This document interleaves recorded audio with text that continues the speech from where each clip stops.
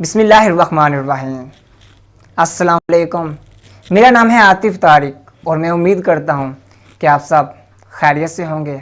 आज की ये जो वीडियो है ये अल्बर्ट आइंस्टाइन की 5 कोटेशन पर है। आज की इस वीडियो में मैं आपको अल्बर्ट आइंस्टाइन की 5 कोटेशन की रियलिटी शो करवाने की कोशिश करूँगा। अल्बर्ट आइंस्टाइन की 5 कोटेशन को चूज़ करने का मेरा एक रीज़न है।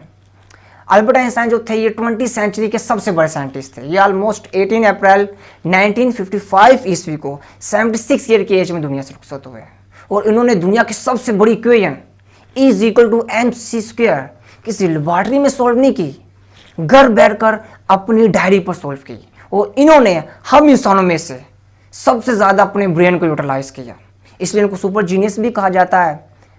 इन पर एक मूवी भी बनाई गई है, वो उर्दू में डबिंग हो चुकी है, यूट्यूब पर अवेलेबल, आप सब वहाँ वॉच कर सकते हैं। और इनकी डेथ के बाद जो इनका ये ब्रेन था वो सर्च के लिए निकाल लिया गया था। तो मैं 1 बाय 1 इनकी 5 कोटेशन को डिस्कस करता हूँ, देखते हैं इन्होंने अपने ब्रेन को कितना यूटिलाइज किया। तो फर्स्ट कोटेशन है, look deep into nature and then you will understand everything better.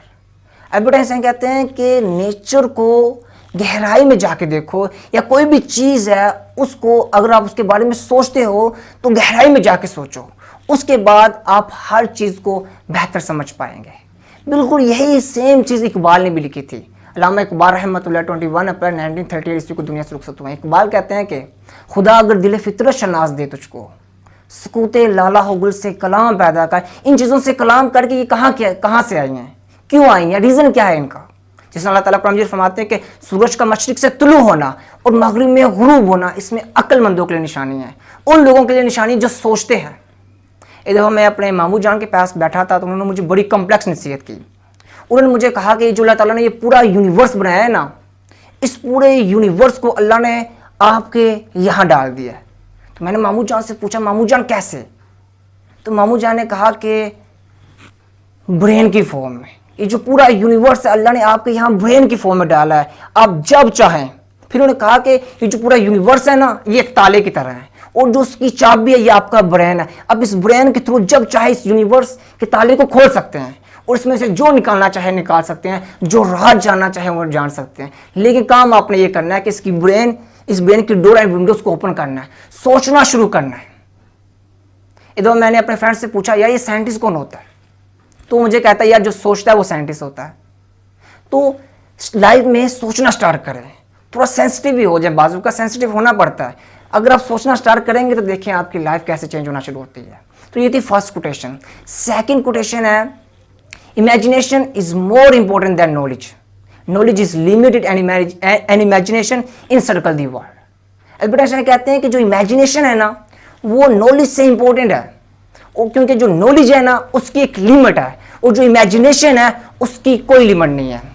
ये अल्बर्ट आइंस्टाइन कहते हैं। देखें ये बहुत बड़ा एक रीज़न की बात करने का। देखिए जो पूरी साइंस है ना ये इमेजिनेशन पे डिपेंड कर रही है।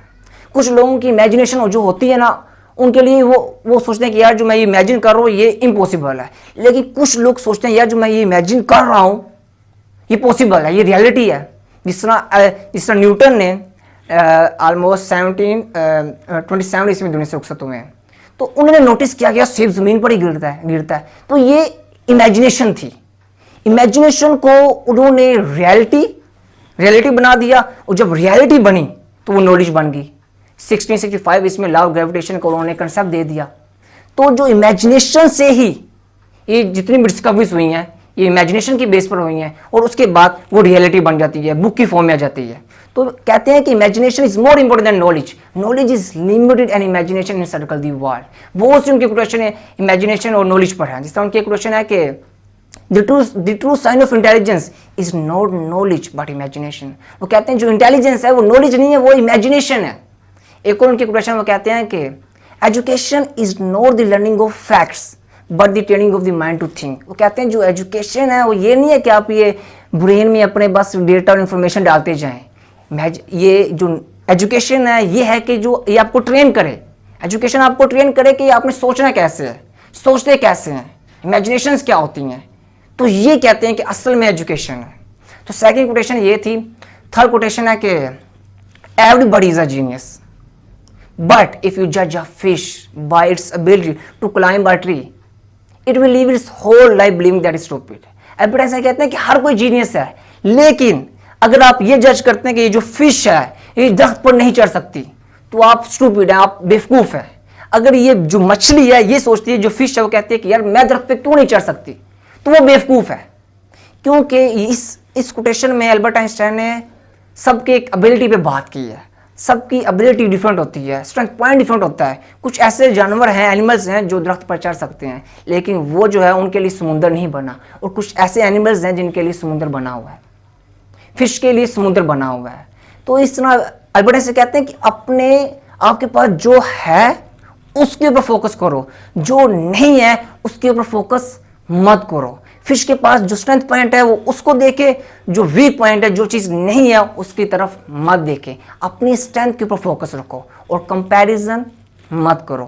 कंपैरिजन और एबिलिटी इन दोनों पे बात की गई है इस कोटेशन में। तो ये थी थर्ड कोटेशन। फोर्थ कोटेशन है कि a person who never made a mistake never tried anything new.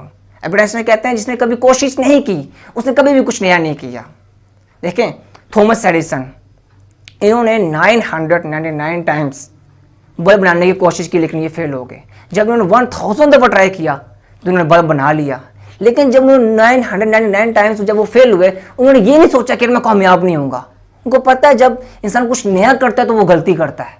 अगर वो इतनी गलतियाँ ना करते तो वो बल्ब नहीं बना सकते थे। इसमें एल्बर्ट आइंस्टाइन की एक कोटेशन है कि insanity is doing the same thing over and over again and expecting different results. मतलब ये कि एक काम को बार बार करते जाओ और जो रिजल्ट्स हैं उसकी आप डिफरेंट क्यों उम्मीद रखें कि इस दफ़ा रिजल्ट डिफरेंट आएगा।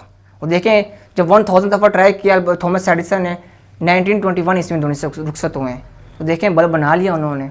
एक और एल्बर्ट आइंस्टाइन की क्वेश्चन में कहते हैं कि once you stop learning you stop dying. जब आप सीखना बंद कर देते हैं तो आपकी डेथ होना स्टार्ट हो जाती है। तो ये जो साइंटिस्ट होते हैं इनके पास ये चीज़ बड़ी होती है कि वो एक के बाद एक मतलब गलती करते हैं तो नया काम करने की कोशिश करते हैं, उसके बाद गलती करते हैं, फिर उससे सीखते हैं, फिर दोबारा ट्राई करते हैं। तो ये थी फोर्थ कोटेशन। फिफ्थ कोटेशन है कि the important thing is to never stop questioning. Important चीज़ ये है कि आप क्वेश्चंस करना स्टॉप मत करें।